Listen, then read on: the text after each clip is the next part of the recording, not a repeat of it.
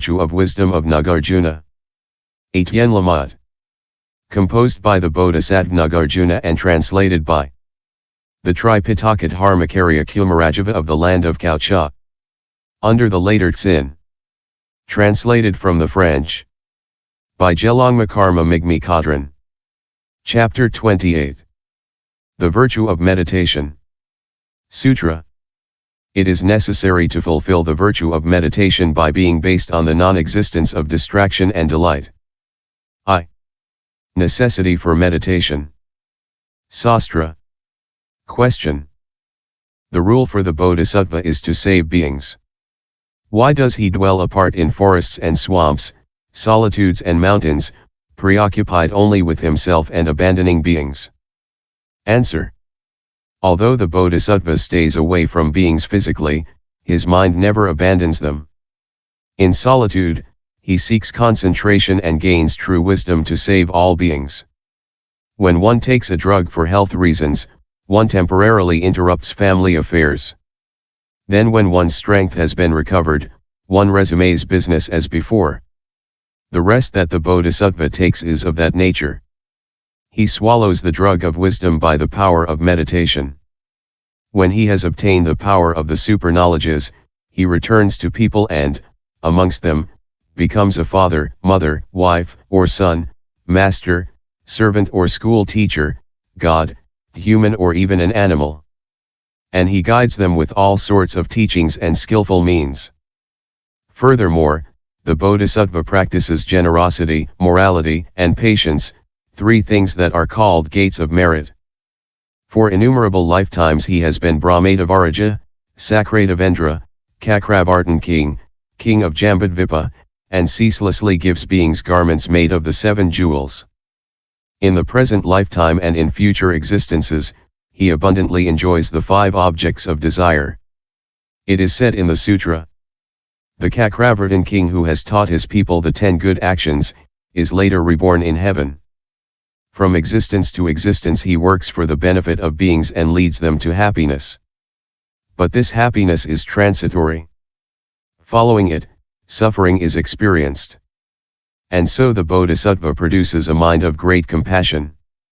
He wants to benefit beings by assuring the eternal happiness of nirvana, and true wisdom comes from concentration of the mind and meditation. Light a lamp.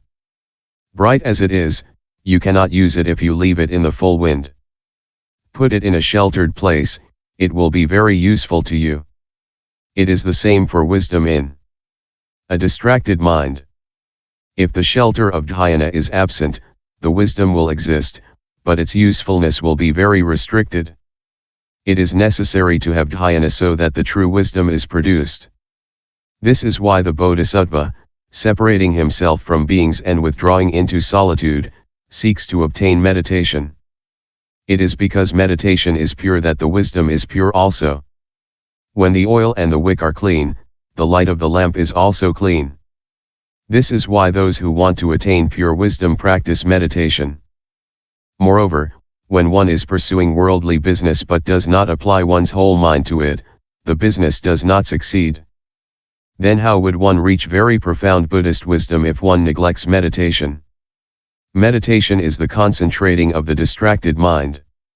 Distractions whirl about more easily than the down feathers of the wild goose. If their flying off is not restrained, their speed is greater than that of a hurricane. They are harder to contain than a monkey. They appear and disappear more quickly than lightning. If the characteristic of the mind is at this point not fixed, those who want to control it would not succeed without dhyana. Some stanzas say, dhyana is the treasury in which wisdom is kept. It is the field of merit of the qualities. Dhyana is the pure water that can wash away the dust of desire. Dhyana is the diamond armor that stops the arrows of the afflictions. Even if one has not attained nirvana, one has already partially obtained it. When one has the diamond concentration, one breaks the mountain of the fetters. One obtains the power of the 6 super knowledges, one is able to save innumerable beings.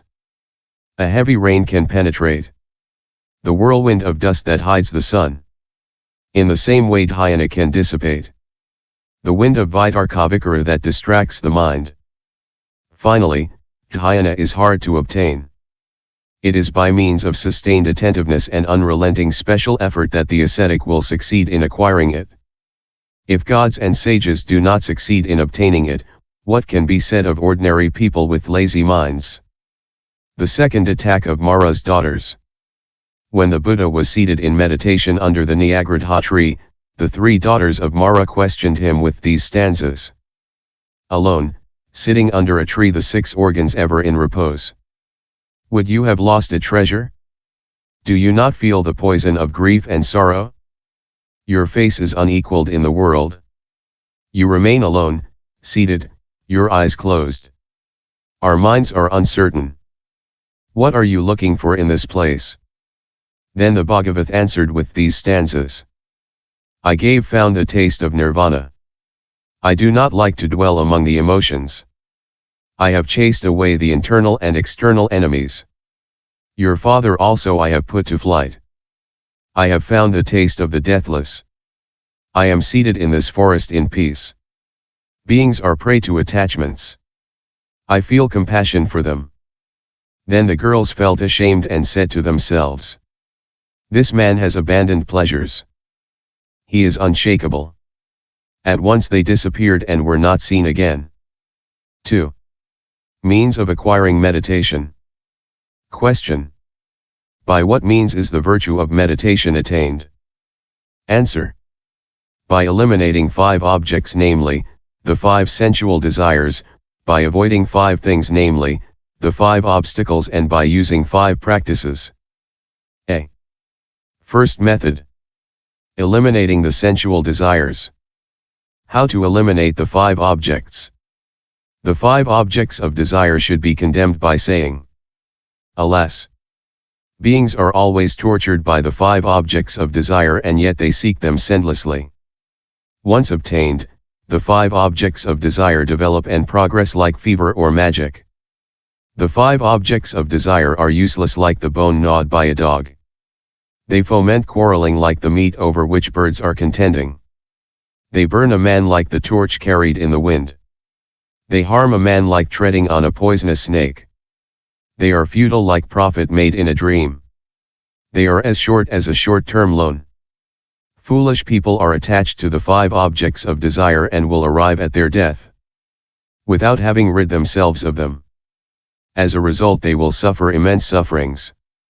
A madman who coveted a beautiful fruit climbed up a tree, ate the fruit and refused to come down. The tree was cut down, and when he fell out of it, he broke his head and died painfully. The same fate.